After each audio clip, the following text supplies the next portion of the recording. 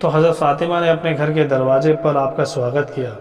آپ کے مبارک چہرے اور آنکھوں پر بوسہ لینے لگے اور رونے لگی۔ تو ان سے حضور صلی اللہ علیہ وسلم نے فرمایا کیوں روتی ہو؟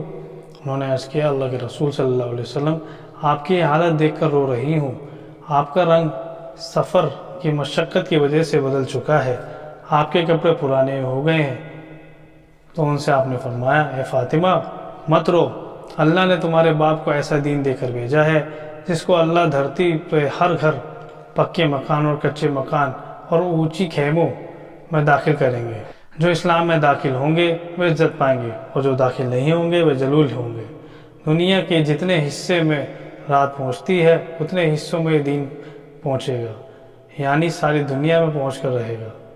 حضرت تمیم داری رضی اللہ عنہ فرماتے ہیں کہ میں نے حضور صلی اللہ علیہ وسلم کو یہ فرماتے ہوئے سنا کہ جہاں تک یہ دن رات پہنچتا ہے یعنی سوری دنیا میں، وہ دین ضرور پہنچے گا۔ کچے اور پکے گھر میں اللہ اس دین کو جا کر داخل کریں گے، ماننے والوں کو عزت دے کر، نہ ماننے والوں کو ذلیل کر کر۔ چنانچہ اسلام اور اسلام والوں کو اللہ عزت دیں گے، کفر کو ذلیل کر رسوا کریں گے۔ حضرت تمیم داری روایت فرماتے ہیں کہ میں نے ایک منظر کو اپنے خاندان میں اچھی طرح دیکھا ہے کہ ان میں سے جو مسلمان ہوئے خیر و شرافت اور عزت نے اس کے قدم چومے، اور جو کافر رہے وہ ذلیل ہوئے، ان کو چھوٹا بننا پڑا اور جائزہ دینا پڑا۔ حضرت انس رضی اللہ عنہ فرماتے ہیں کہ حضرت ابو موسیٰ رضی اللہ عنہ نے مجھے تستر کی جیت کی خوشخبری سنانے کے لیے حضرت عمر رضی اللہ عنہ کے پاس بھیجا۔ قبیلہ برق بن وائل کے 6 آدمی دین سے لوٹ کر مشرک سے جا ملے تھے۔ ان کے بارے میں حضرت عمر نے مجھ سے پوچھا کہ بکر بن وائل کہ ان آدمیوں کا کیا ہوا؟ میں نے کہا اے امیر المومنین، وہ لوگ اسلام سے پھر کر مشرکوں سے جا ملے، ان کا علاج تو یہی تھا کہ ان کو قتل کر دیا جائے۔ تو حضرت عمر نے فرمایا وہ لوگ صحیح سالم میرے ساتھ آئے ہوتے تو یہ مجھے ساری دنیا کے سونے چاندی سے زیادہ پسند ہوتا۔ میں نے کہا امیر المومنین، اگر وہ آپ کے ہاتھ آ جائیں تو آپ ان کے ساتھ کیا برتاؤ کرو گے؟ انہوں نے مجھ سے فرمایا وہ اسلام کے جس دروازے سے باہر گئے تھے میں ان پر اسی دروازے سے واپس جانے کی پیش کروں گا، پھر اگر وہ اسلام کی اور واپس آ جاتے ہیں تو میں اسلام کو قبول کر لیتا، ورنہ انہیں جیل خانے میں ڈال دیتا۔ حضرت عبد الرحمن قاری کہتے ہیں کہ حضرت موسیٰ کی اور سے ایک آدمی امیر المومنین حضرت عمر بن خطاب رضی اللہ تعالیٰ عنہ کی خدمت میں حاضر ہوئے۔ آپ حضرت عمر نے ان سے لوگوں کی حالات پوچھے تو اس نے بتایا۔ پھر حضرت عمر نے فرمایا کیا کوئی عجیب و غریب بات تمہارے پیش آئی ہے؟ اس نے کہا ہاں، یہ عجیب بات پیش آئی ہے کہ ایک آدمی مسلمان ہو کر پھر کافر ہو گیا۔ حضرت عمر رضی اللہ عنہ نے فرمایا تم نے اس کے ساتھ کیا برتاؤ کیا؟ اس نے کہا اسے بلا کر اس کی گردن اڑا دی۔ حضرت عمر نے فرمایا کیا تم نے اسے 3 دن قید کیا اور ہر دن اسے ایک روٹی کھلائی، اسے توبہ کرائی؟ اگر تم ایسا کر لیتے تو شاید یہ توبہ کر لیتا اور اللہ کے دین میں واپس آ جاتا۔ اے اللہ، میں اس موقع پر موجود نہیں تھا اور نہ ایسا کرنے کا حکم دیا۔ اب جب مجھے اس واقعے کا علم ہوا ہے تو میں اس سے راضی بھی نہیں ہوا۔ حضرت عمر بن عاص رضی اللہ عنہ امیر المومنین اور حضرت عمر رضی اللہ عنہ کو ایک خط لکھا جس میں انہوں نے ایک آدمی کے بارے میں پوچھا کہ وہ اسلام میں داخل ہوا پھر کافر ہو گیا، یہاں تک کہ ایسا اس نے کئی بار کیا، کیا اس نے اسلام قبول کیا؟ تو حضرت عمر نے ان کو یہ جواب لکھا جب تک اللہ لوگوں سے اسلام کو قبول کرتا رہے تم بھی اس سے اسلام قبول کراتے رہو، اس لیے اب اس پر اسلام پیش کر کے دیکھو، اگر وہ قبول کر لیتا ہے تو اسے چھوڑ دو ورنہ اس کی گردن اڑا دو۔ تو حضرت ابو ایمان جونی کہتے ہیں کہ حضرت عمر رضی اللہ عنہ کا ایک عیسائی سنیاسی کا پاس سے گزر ہوا تو وہ وہاں کھڑے ہو گئے۔ لوگوں نے راہب کو پکار کر کہا وہ امیر المومنین ہے۔ اس نے جھانک کر دیکھا تو اس پر تکلیفیں اٹھانے، مجاہدہ کرنے، دنیا سے بے تعلق ہو جانے کی نشانیاں دکھائی دے رہی ہیں، یعنی مجاہدوں کی زیادتی کی وجہ سے بہت خستہ حال اور کمزور ہو رہا ہے۔ اسے دیکھ کر حضرت عمر رضی اللہ عنہ دیکھ کر رو دیے تو اس نے کسی سے کہا آپ مت روئیں، یہ تو عیسائی ہے، مسلمان نہیں۔ تو حضرت عمر نے فرمایا یہ مجھے معلوم ہے، مجھے اس بات پر ترس آ رہا ہے کہ اللہ کا ارشاد ہے، بہت سے لوگ محنت کرنے والے تھکے ہوئے ہیں، گریں گے دھک دھکی ہوئی آگ میں۔ یعنی کافر لوگ جو دنیا میں بڑی بڑی ریاض کرتے ہیں، اللہ کے یہاں کچھ قبول نہیں ہوتی، اس لیے دنیا کی مشقتوں اٹھانوں کے باوجود دوزخ میں جائیں گے۔ مجھے اس بات پر ترس آیا کہ دنیا میں تھکا دینے والی محنت کر رہا ہے، اتنی مجاہدیں برداشت کر رہا ہے، لیکن مر کر بھی دوزخ میں جائے گا۔